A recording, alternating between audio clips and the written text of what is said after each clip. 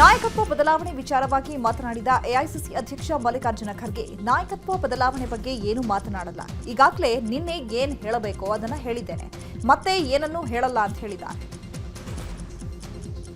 ಹೇಳಿದ್ದಾರೆ sir, high command ನಮಗೆ final ಆಗಿ ನಿರ್ಧಾರ ಮಾಡ್ತಾರೆ ಅಂತ ಹೇಳಿದ್ದಾರೆ ಸರ್.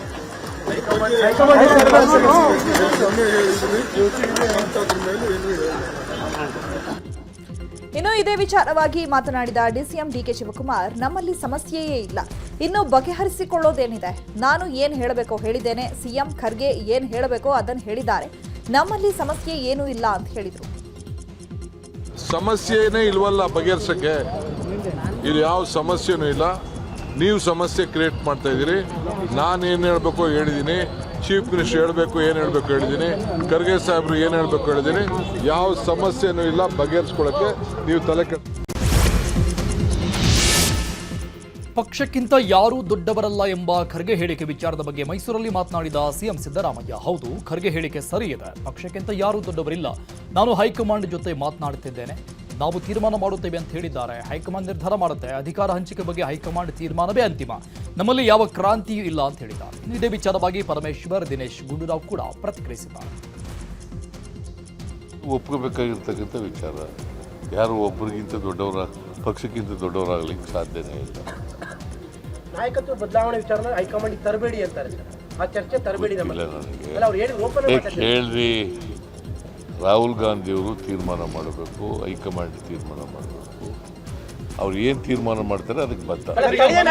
ಅವ್ರು ಹೇಳಿದ ಮೇಲೆ, ನಮ್ಮ ಎಐಸಿಸಿ ಅಧ್ಯಕ್ಷರು ಹೇಳಿದ ಮೇಲೆ ಅದಕ್ಕೆ ನಾವು ಎಲ್ಲ ರೀತಿಯ ಗೌರವವನ್ನು ಕೊಡ್ತೇವೆ.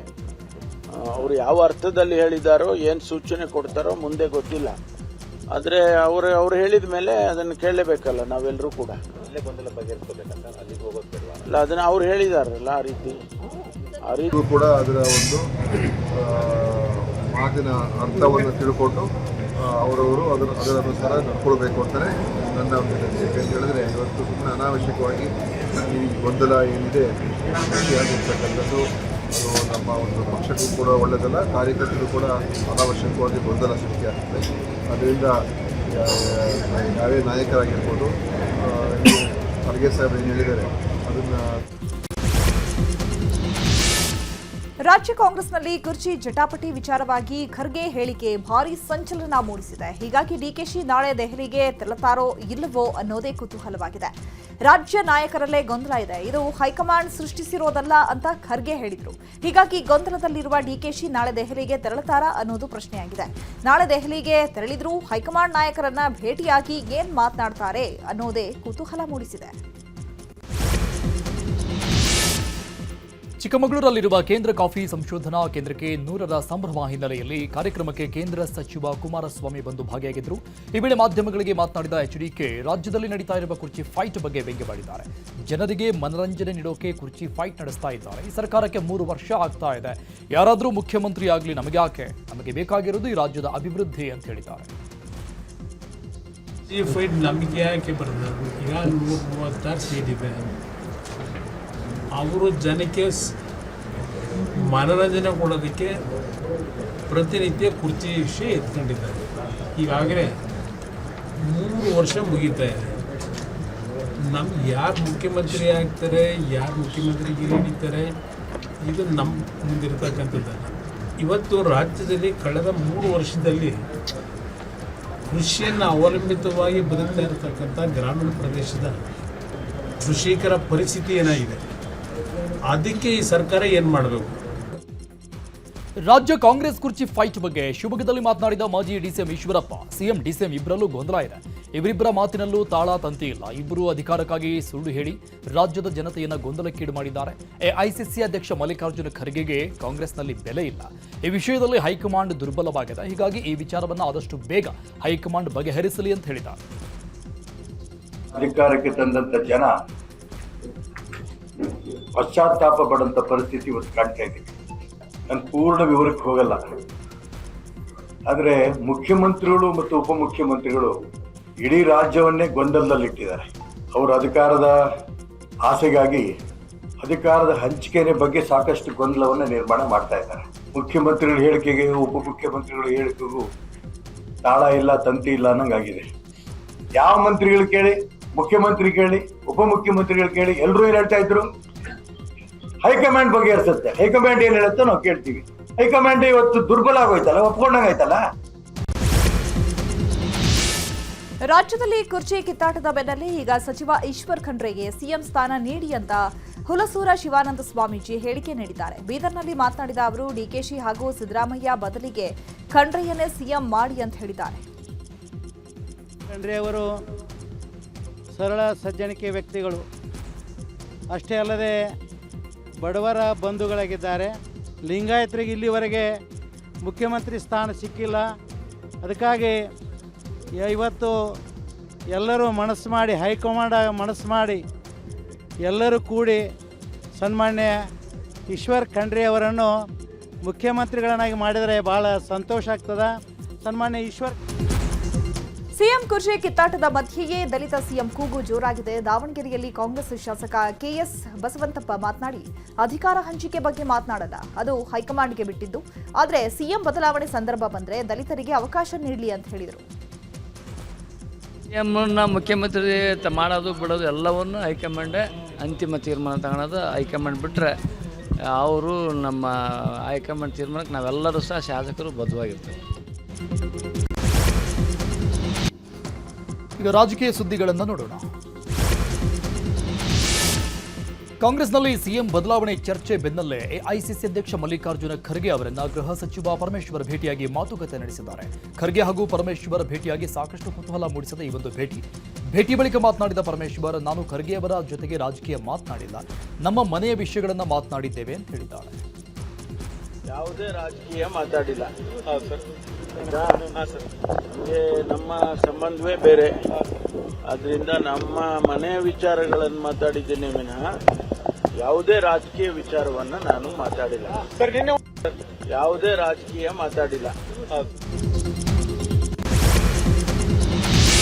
ಪ್ರಚೋದನಕಾರಿ ಭಾಷಣ ತಡೆ ಕಾಯ್ದೆಗೆ ಬಿಜೆಪಿ ವಿರೋಧ ವಿಚಾರದ ಬಗ್ಗೆ ಸಿಎಂ ಸಿದ್ದರಾಮಯ್ಯ ರಿಯಾಕ್ಷನ್ ಕೊಟ್ಟಿದ್ದಾರೆ.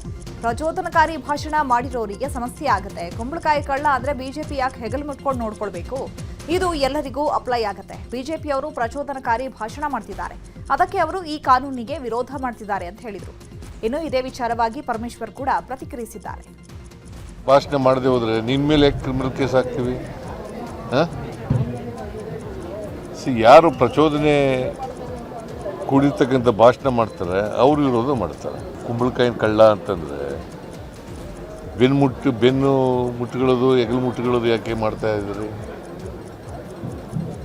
ಇದು ಎಲ್ರಿಗೂ ಅಪ್ಲೈ ಆಗುತ್ತೆ. ನಮ್ಮ ಪಾರ್ಟಿಯವ್ರಿಗೂ ಅಪ್ಲೈ ಆಗುತ್ತೆ, BJP-ಅವ್ರಿಗೂ ಅಪ್ಲೈ ಆಗುತ್ತೆ, JDS-ನವ್ರಿಗೂ ಅಪ್ಲೈ ಆಗುತ್ತೆ, ಬೇರೆ ಪಾರ್ಟಿಯವ್ರಿಗೂ, ಕಮ್ಯುನಿಸ್ಟ್ ಪಾರ್ಟಿಯವ್ರಿಗೂ ಅಪ್ಲೈ ಆಗುತ್ತೆ. ಸೊ ಅದರಿಂದ ನೀವು ಯಾಕೆ ಇದನ್ನ ವಿರೋಧ ಮಾಡ್ತೀರಿ? ಯಾರಿಗೂ ಉದ್ದೇಶ ಇಟ್ಕೊಂಡು ನಾವು ಮಾಡಿಲ್ಲ. ಮತ್ತು ಯಾರು ಈ ದ್ವೇಷ ಭಾಷಣ ಅಂತೇಳಿ ನಾವೇನು ಕರಿತಾ ಇದ್ದೇವೆ, ಆ ಮಾತುಗಳನ್ನು ಯಾರು ಹಾಡ್ತಾರೆ ಅವ್ರಿಗೆ ಮಾತ್ರ ಅದು ಅಪ್ಲೈ ಆಗುತ್ತೆ ವಿನ ಬೇರೆಯವ್ರಿಗೆ ಆಗಲ್ಲ. ಬರೀ ನಾವು ಯಾರೋ ಭಾರತೀಯ ಜನತಾ ಪಾರ್ಟಿ ಉದ್ದೇಶ ಇಟ್ಕೊಂಡು ಮಾಡಿಲ್ಲ, ಅಥವಾ ಬೇರೆ ಯಾವುದೇ ಪಕ್ಷನ ದೇಶದಲ್ಲಿ ಇಟ್ಕೊಂಡು ನಾವು ಮಾಡಿಲ್ಲ. ಇದು ನಮಗೂ ಗೊತ್ತಿದೆ. ನಾಳೆ ದಿವಸ ಯಾಕೆ ಇವತ್ತಿಗೆ ನಮಗೂ ಕೂಡ ಅಪ್ಲೈ ಆಗುತ್ತಲ್ಲ. ಕಾಂಗ್ರೆಸ್ ಪಕ್ಷಕ್ಕೆ ಅವರು ದ್ವೇಷ ಭಾಷಣ ಮಾಡಿದ್ರೆ ಅವರಿಗೂ ಅಪ್ಲೈ ಆಗುತ್ತೆ. ಆದ್ರಿಂದ ಇವರು ದ್ವೇಷ ಭಾಷಣ ವಿರೋಧಿ ಮಸೂದೆ ಮಂಡನೆ ವಿಚಾರದ ಬಗ್ಗೆ ಶಿವಮೊಗ್ಗದಲ್ಲಿ ಮಾತನಾಡಿದ ಈಶ್ವರಪ್ಪ, ದ್ವೇಷ ಭಾಷಣ ವಿರೋಧಿ ಮಸೂದೆ ಅಘೋಷಿತ ತುರ್ತು ಪರಿಸ್ಥಿತಿ ಹೇರಿದಂತಾಗಿದೆ.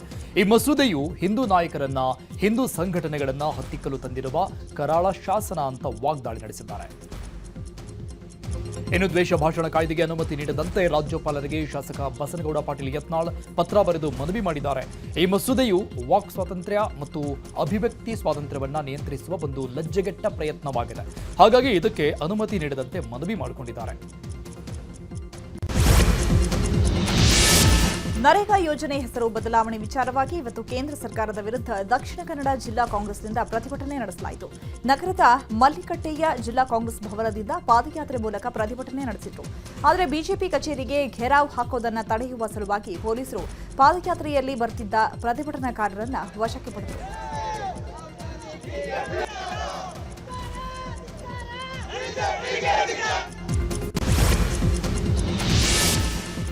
ಮೊನ್ನೆಯಷ್ಟು ಡಿಸಿಎಂ ಡಿಕೆಶಿಯನ್ನ ಭೇಟಿಯಾಗಿ ರಾಜಣ್ಣ ಮಾತುಕತೆ ನಡೆಸಿದ್ರು. ಆದರೆ ನಿನ್ನೆ ಪುನಃ ರಾಜಣ್ಣರನ್ನ ಡಿಸಿಎಂ ಡಿಕೆಶಿ ಭೇಟಿಯಾಗಿದ್ದಾರೆ.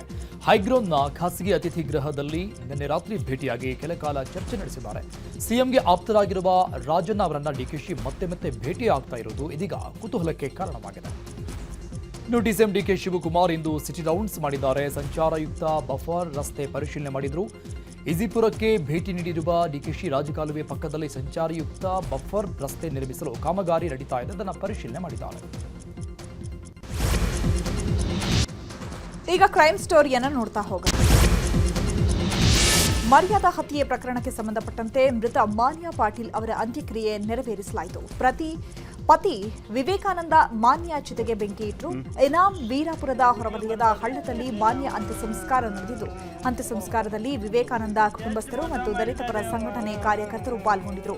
ಈ ವೇಳೆ ಪತ್ನಿ ಕಳ್ಕೊಂಡು ಪತಿ ವಿವೇಕಾನಂದ ಹಾಗೂ ಕುಟುಂಬಸ್ಥರು ಕಣ್ಣೀರಿಟ್ಟರು.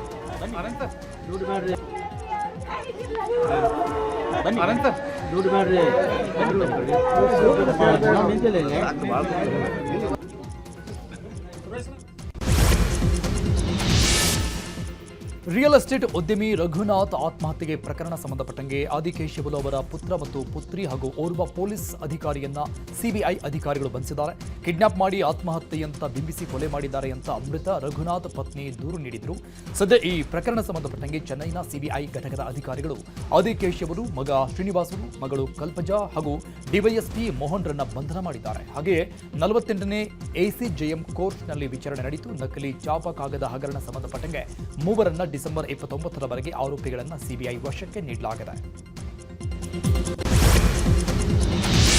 ದೆಹಲಿ ಬಾಂಬ್ ಬ್ಲಾಸ್ಟ್ ಹೆಸರಲ್ಲಿ ಸುದೀಪ್ ಅಭಿಮಾನಿಗೆ ಬೆದರಿಕೆ ಹಾಕಿ ವಂಚನೆ ಮಾಡಲಾಗಿದೆ. ಶರಣ್ ಮುಕುಂದ್ ಎಂಬ ವ್ಯಕ್ತಿಗೆ ನಕಲಿ ಎನ್ಐಎ ಎಟಿಎಸ್ ಅಧಿಕಾರಿಗಳ ಹೆಸರಲ್ಲಿ ಡಿಜಿಟಲ್ ಅರೆಸ್ಟ್ ಮಾಡಲಾಗಿದೆ. ದೆಹಲಿ ಬಾಂಬ್ ಸ್ಫೋಟದಲ್ಲಿ ನಿಮ್ಮ ಕೈವಾಡ ಇದೆ, ನಿಮ್ಮ ಮೊಬೈಲ್ ನಂಬರ್ ಕೂಡ ಬಳಕೆಯಾಗಿದೆ ಅಂತ ಹೆದರಿಸಿದ್ದಾರೆ. ಈ ವೇಳೆ ನಾನೇನು ಮಾಡಿಲ್ಲ ಎಂದಿದ್ದಕ್ಕೆ ಎನ್ಐಎಯಿಂದ ನಿಮಗೆ ಕಾಲ್ ಬರುತ್ತೆ ಅಂತ ಹೇಳಿದ್ದಾರೆ. ರೌಡಿ ಶೀಟರ್ ಬಿಕ್ಲು ಶಿವ ಕೊಲೆಗೆ ಸಂಬಂಧಪಟ್ಟಂಗೆ ಶಾಸಕ ಭೈರತಿ ಬಸವರಾಜ್ಗೆ ತೀವ್ರ ಹುಡುಕಾಟ ಮಾಡಲಾಗ್ತಾ ಇದೆ. ಭೈರತಿ ಅವರ ಲಾಸ್ಟ್ ಲೊಕೇಶನ್ ಪುಣೆಯಲ್ಲಿ ಸಿಕ್ಕಿದೆ. ಮಹಾರಾಷ್ಟ್ರ ಹಾಗೂ ಗೋವಾದಲ್ಲಿ ಪೊಲೀಸರು ಹುಡುಕಾಡ್ತಾ ಇದ್ದಾರೆ. ಇದರ ಮಧ್ಯೆ ಸಿಐಡಿ ಅಧಿಕಾರಿಗಳು 42ನೇ ಎಸಿಜೆಎಂ ನ್ಯಾಯಾಲಯಕ್ಕೆ 4236 ಪುಟಗಳ ಚಾರ್ಜ್ ಶೀಟ್ ಸಲ್ಲಿಕೆ ಮಾಡಿದ್ದಾರೆ. 1ನೇ ಆರೋಪಿಯಿಂದ 4 ಹಾಗೂ 6ರಿಂದ 19ನೇ ಆರೋಪಿಗಳ ವಿರುದ್ಧ ಚಾರ್ಜ್ ಶೀಟ್ ಸಲ್ಲಿಸಿದ್ದು, 5ನೇ ಆರೋಪಿ ಬಸವರಾಜ್ ವಿರುದ್ಧ ಸದ್ಯಕ್ಕೆ ಚಾರ್ಜ್ ಶೀಟ್ ಸಲ್ಲಿಸಿಲ್ಲ. ತಲೆಮರೆಸಿಕೊಂಡಿರೋ ಆರೋಪಿ ಬಸವರಾಜ್ಗಾಗಿ ಹುಡುಕಾಟ ಮುಂದುವರೆದಿದೆ ಅಂತ ಉಲ್ಲೇಖಿಸಲಾಗಿದೆ. ಹೀಗಾಗಿ ನಾಳೆ 11 ಗಂಟೆಗೆ ವಿಚಾರಣೆ ಮುಂದೂಡಿಕೆ ಮಾಡಲಾಗಿದೆ.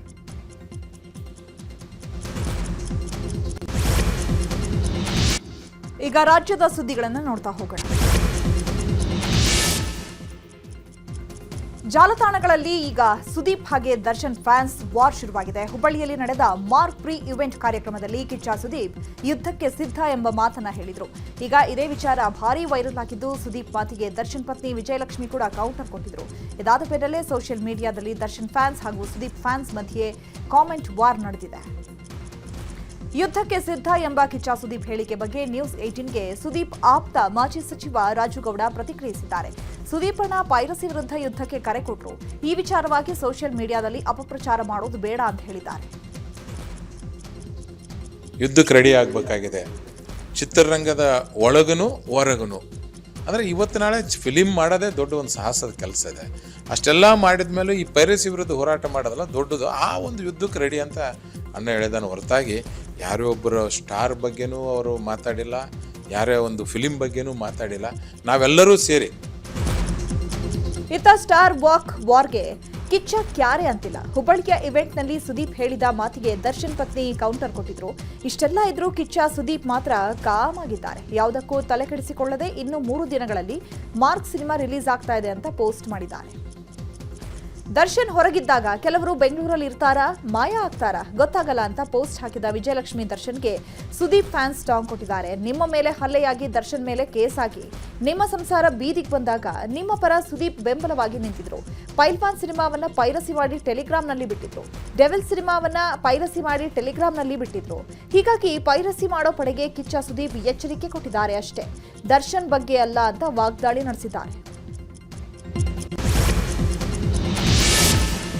ಚಿನ್ನಸ್ವಾಮಿ ಸ್ಟೇಡಿಯಂನಲ್ಲಿ 2026ಕ್ಕೆ ಐಪಿಎಲ್ ಮ್ಯಾಚ್ ನಡೆಸುವ ವಿಚಾರವಾಗಿ ಇಂದು ಗೃಹ ಸಚಿವ ಪರಮೇಶ್ವರ್ ಅಧಿಕಾರಿಗಳ ಜೊತೆ ಸಭೆ ನಡೆಸಿ ಕಮಿಟಿ ರಚನೆ ಮಾಡಿದ್ರು.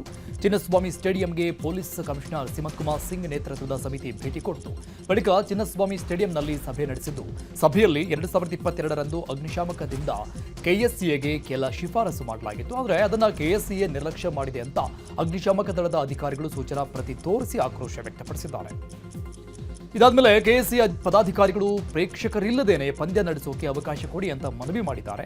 ಸಭೆ ಬಳಿಕ ಅಗ್ನಿಶಾಮಕ ದಳದ ಅಧಿಕಾರಿಗಳಿಂದ ಅಣಕು ಪ್ರದರ್ಶನ ಮಾಡಲಾಗಿದ್ದು, ಚಿನ್ನಸ್ವಾಮಿ ಕ್ರೀಡಾಂಗಣದ ಸುರಕ್ಷತೆ ಪರಿಶೀಲನೆ ಮಾಡಲಾಗ್ತಾ ಇದೆ.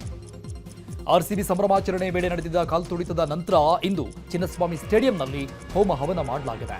6 ಜನ ಪುರೋಹಿತರು ಸುದರ್ಶನ ನವಗ್ರಹ ಗಣಪತಿ ಪೂಜೆಯನ್ನ ನೆರವೇರಿಸಿದ್ದಾರೆ.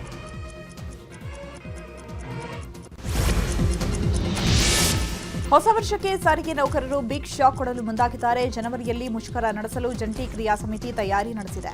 ಸರ್ಕಾರಕ್ಕೆ ಕೊಟ್ಟ ಕಾಲಾವಕಾಶ ಮುಗಿದು ಹೋಗಿದೆ. ಈಗಲಾದರೂ ಸರ್ಕಾರ ಕರೆದು ನಮ್ಮ ಬೇಡಿಕೆ ಇತ್ಯರ್ಥ ಮಾಡಿದ್ರೆ ಒಳ್ಳೆಯದು, ಇಲ್ಲದಿದ್ದರೆ ಮುಷ್ಕರ ಮಾಡ್ತೇವೆ ಅಂತ ಜಂಟಿ ಕ್ರಿಯಾ ಸಮಿತಿ ಕರಪತ್ರ ಹಂಚಿಕೆ ಮಾಡಿದೆ.